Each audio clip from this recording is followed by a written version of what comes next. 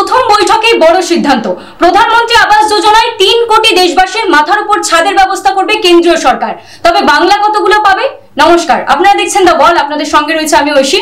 এখন কোটি টাকার প্রশ্ন এটাই যে বাংলা কতটা লাভবান হবে, সম্ভবত আপনার কাছ থেকে জানতে চাইবো। ঠিক, এটা কোটি টাকারই প্রশ্ন। তার কারণ হচ্ছে যে 2022 সালে পশ্চিমবঙ্গে 11,32,000 গ্রামের বাড়ি বানানোর জন্য 8,200 কোটি টাকার অনুদান বরাদ্দ হয়েছে, কিন্তু সেই টাকা পশ্চিমবঙ্গ পায়নি। কেন পায়নি? তার কারণ হচ্ছে যে কেন্দ্রের অভিযোগ ছিল যে এই যে উপভোক্তা বা প্রাপক কারা কারা সেই বাড়ি পাবে, সেইটা তালিকা তৈরি করার ক্ষেত্রে প্রচুর অনিয়ম ছিল। এবং তার আগেও পশ্চিমবঙ্গে যে আবাস যোজনার টাকা পশ্চিমবঙ্গ পেয়েছে, সেখানেও উপভোক্তা তালিকা তৈরি করার ক্ষেত্রে গরমিল ছিল বলে কেন্দ্রের অভিযোগ। সেই কারণে 8,200 কোটি টাকা কেন্দ্র আটকে রেখেছে। তার ফলে অলরেডি পশ্চিমবঙ্গের ব্যাকলগ রয়েছে 11,32,000। মানে পশ্চিমবঙ্গের গ্রামের মানুষ বা 11,32,000 পরিবার কেন্দ্র থেকে এবং রাজ্যের থেকে ওই টাকাটা পাবে। ফলে সেই ব্যাকলগটা পশ্চিমবঙ্গে রয়েছে।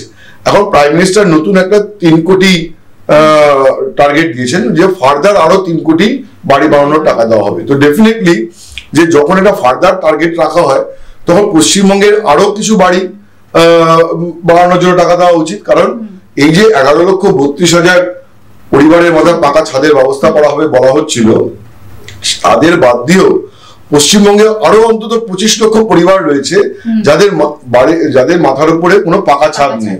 তার ফলে যে কেন্দ্র যে টাকাটা দিল না, এবং এই যে রাজ্যে অনিয়মের অভিযোগ তুলে যে কেন্দ্র টাকাটা দিল না, তার ফলে যে 11,32,000 পরিবার শুধুমাত্র ভুগছে তা নয়, ফার্দার আরো 25 লক্ষ পরিবার ভুগছে। কারণ তাদেরটাও আরো ডিলেড হয়ে গেল। এখন ইন্টারেস্টিং একটা ফ্যাক্ট এখানে আলোচনার ব্যাপার, সেটা হচ্ছে যে এই প্রকল্পকে বলা হয় প্রধানমন্ত্রী আবাস যোজনা প্রকল্প।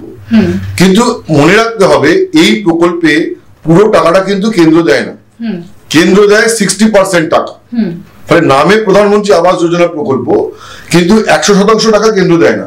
60% টাকা দেয় কেন্দ্র, 40% টাকা দেয় রাজ্য সরকার। যেমন 2022 সালে যে 8,200 কোটি টাকা বরাদ্দ করার কথা হয়েছিল বা চিঠিও এসে গেছিল, তারপরে টাকা আটকে দেওয়া হয়, তখন ওই 11,32,000 বাড়ি বানানোর জন্য রাজ্য সরকারকেও 5,000 কোটি টাকা বরাদ্দ করার কথা ছিল, কিন্তু পরে কোনোটাই হয়নি। এখন কোনোটা হয়নি বলে সবটাই আটকে রয়েছে। আর আরেকটা জিনিস দেখো, যে নরেন্দ্র মোদীও আজকে যে বলছেন যে 3 কোটি বাড়ি বানাবেন, এটাও একটা ইন্টারেস্টিং ব্যাপার যে 2019 সালে কেন্দ্রীয় সরকার গঠনের পরে প্রধানমন্ত্রী নরেন্দ্র মোদী বলেছিলেন যে 2022 সালের মধ্যে দেশের সবার মাথায় পাকা ছাদ হবে, ঠিক আছে, কিন্তু সেই টার্গেট সরকার ফুলফিল করতে পারেনি। আজকে গভর্নমেন্ট বলছে যে 10 বছরে, মানে 2014 থেকে 24, 4 কোটি মানুষের মাথায় পাকা ছাদের ব্যবস্থা হয়েছে। কিন্তু এটাও ঠিক যে 22 সালের টার্গেট ফুলফিল করা যায়নি। এখনো দেশে বহু কোটি, মানে 3 কোটির হিসাব তো গভর্নমেন্টই দিচ্ছে, আরো বেশি সংখ্যক মানুষের মাথায় পাকা ছাদ নেই। তো আমাদের ইন্টারেস্ট কি? আমাদের ইন্টারেস্ট হচ্ছে পশ্চিমবঙ্গের গ্রামের গরিব মানুষ যাদের মাথায় পাকা ছাদ নেই, যারা গত 2022 সালেও টাকা না পাওয়ার জন্য 2022 এবং 2023 যাদের বর্ষাটা ওই কাঁচা ছাদেই কেটেছে, এবং 2024-এরও বর্ষা চলে এসছে, তাদের এবারও ওই কাঁচা ছাদের তলাতেই থাকতে হবে।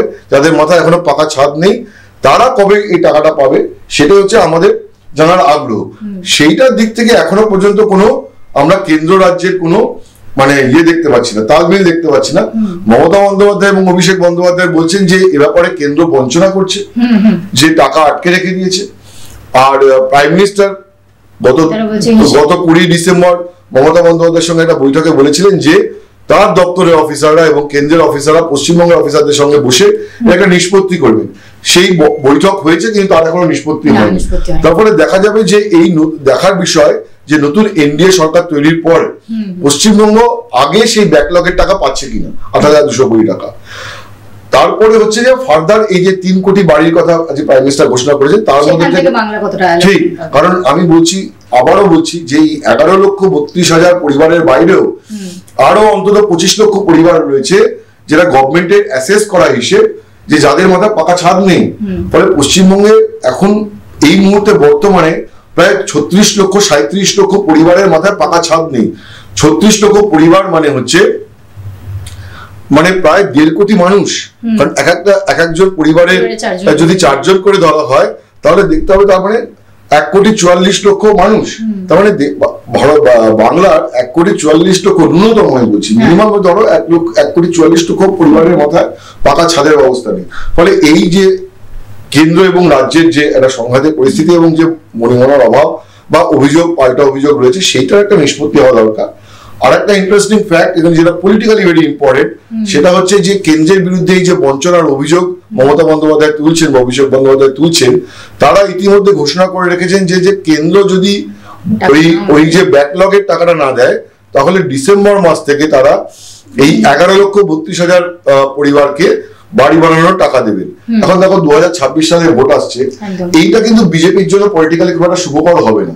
আজকে যদি সত্যি রাজ্য সরকার এই 11,32,000 পরিবারকে টাকা দেয়, আমরা দেখেছি 100 দিনের টাকা দিয়ে দিয়েছে, ঠিক, এবং এই 11,32,000 পরিবারকে যদি স্টেট গভর্নমেন্ট নিজের কোষাধে থেকে বাড়ি বানানোর টাকা দেয়, এবং সেই প্রকল্পের নাম নিশ্চয়ই প্রধানমন্ত্রী আবাস যোজনা হবে না, সেই প্রকল্পের নাম নিশ্চয়ই আমার বাড়ি বাংলার বাড়ি এই ধরনের জন্য কিছুটা হবে, সেটা কিন্তু একটা তৃণমূলকে মাইলেজ দিতে পারে। ফলে বিজেপি যেখানে লোকসভা ভোটে বিজেপি একটা ভরাডুবি হয়েছে পশ্চিমবঙ্গে, তাদের কাছেও কিন্তু ওটা একটা উদ্বেগের জায়গা হবে যদি সত্যি পশ্চিমবঙ্গ সরকার স্বচ্ছতার সঙ্গে 11,32,000 পরিবারকে বাড়ি বানানোর টাকা দেয়। তবে ডিসেম্বর অনেক দূর, তার আগে দেখতে হবে যে ব্যাকলগের যে টাকাটা আটকে আছে, সেই টাকাটা নিয়ে কেন্দ্র রাজ্য কোনো সমঝোতা বা কোনো ব্রিজিং পয়েন্ট হচ্ছে কিনা। ধন্যবাদ শঙ্খদা। কেন্দ্র রাজ্যের জট কাটিয়ে সত্যি সাধারণ মানুষ এই প্রধানমন্ত্রী আবাস যোজনা দ্বারা লাভবান হন কিনা সেদিকে থাকবে আমাদের নজর। আপনাদের চোখ থাকুক দাওয়ালে, কারণ খবর এখন এখানে।